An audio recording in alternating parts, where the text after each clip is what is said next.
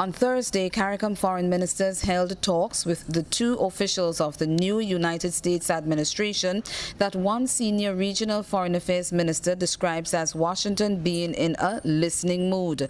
U.S. Undersecretary of State for Political Affairs Thomas Shannon Jr. and Acting Assistant Secretary for Western Hemisphere Affairs Francisco Palmieri met with the foreign ministers on the sidelines of the 38th meeting of CARICOM leaders that's being wrapped up in Grenada.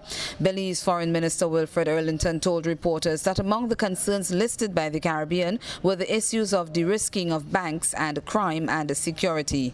Of course, the issues that they talk about is crime and security. In my view, those are issues of symptoms, increasing crime and violence and the like, drug trafficking and human trafficking are symptoms of a major problem. The problem is absence of education, absence of skills, and of course, absence of employment opportunity, alternative employment.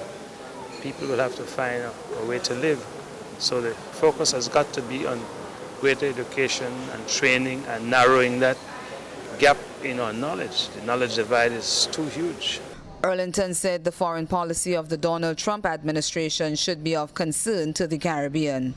Now that is going to be severely curtailed by the emphasis that they are putting on the wall and the border security, so that is going to cause great problems for us. And of course, a reduction in aid, or if in fact they are charging our citizens a tax on the remittances that they send to us, all those things are going to impact us very negatively.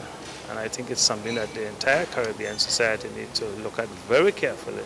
Meanwhile, CARICOM leaders appear likely to accept recommendations from regional trade ministers regarding reputations with the United Kingdom on trade relations following that country's decision to leave the European Union.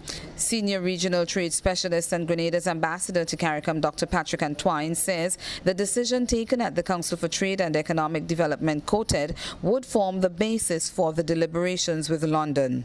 The direction that we're taking is that we're going to go for a rollover. And that's important. That's not likely to change. I think that's the well-established CARICOM approach to this. The rollover will take the trade commitments that we have in the context of the CARIFORUM European Union Partnership Agreement.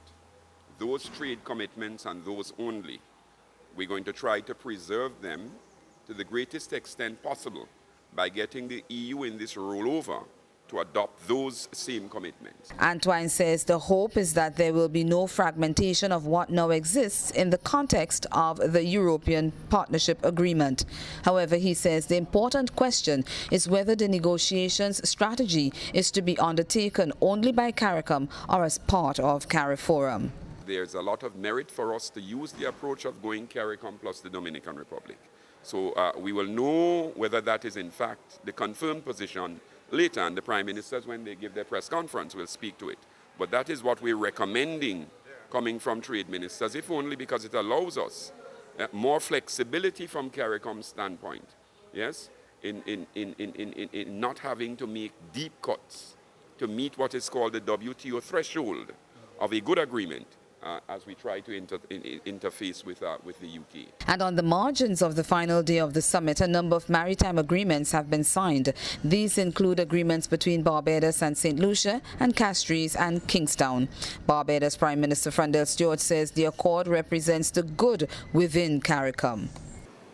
The symbolism of the signing of this treaty today, not in Bridgetown, not in Castries, but in the margins of the CARICOM summit here in St. George's, has not escaped me. To me, it is a palpable, tangible demonstration of that commitment to closer regional integration and closer cooperation that is still alive within our regional grouping. The leaders will end their summit with a news conference later on Thursday. From St. George's, Grenada, Nicole Best, CMC News.